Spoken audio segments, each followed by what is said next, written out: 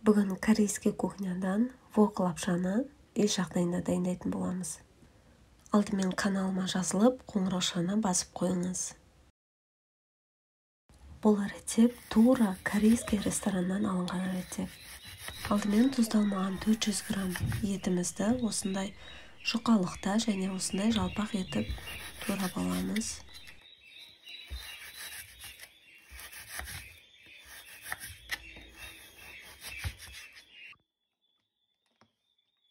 Табаға майымызды құйып, етімізді салып, жақсылап қуыратын боламыз. 1-2 минут осылай етімізді қуырамыз, кейін үстіне жуамызды салып, тағы 1 минуттай пісіреміз.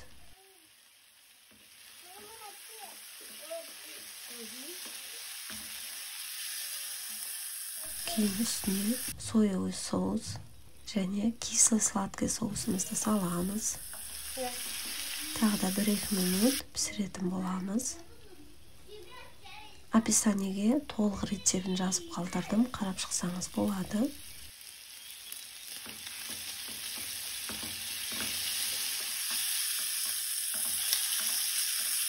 Кейін үстіне әртүрлі түсте сладкий перецімізді қосып, аз ғана тұз себеміз. Тағы 1-2 минут осылай қуырғаннан кейін отты сөндіреміз. Етіміз дайын.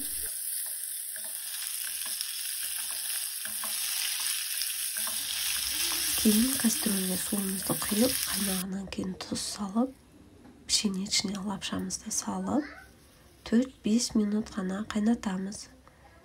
Қайнағаннан кейін салқын сумен жуып алып, үстіне аздаған сұйық май құйып, жақсылап араластырамыз. Кейін дайын етіміздің үстіне лапшамызды салып, соевый соус құямыз. Біркелкі болғанша араластырып, ыдысымызға салып, үстіне әдемілік үшін кунжут сеуіп, дастарханға ұсынатын боламыз. Осымен біздің кисло-сладкий соуспен вок лапшамыз дайын болды. Тура ресторандағыдай болып шығады. Күнделікті тексерістен өткен оригинал рецепттерді каналымнан таба аласыздар. Подписаться кнопкасын басып, каналыма жазылуды ұмытпаңыз.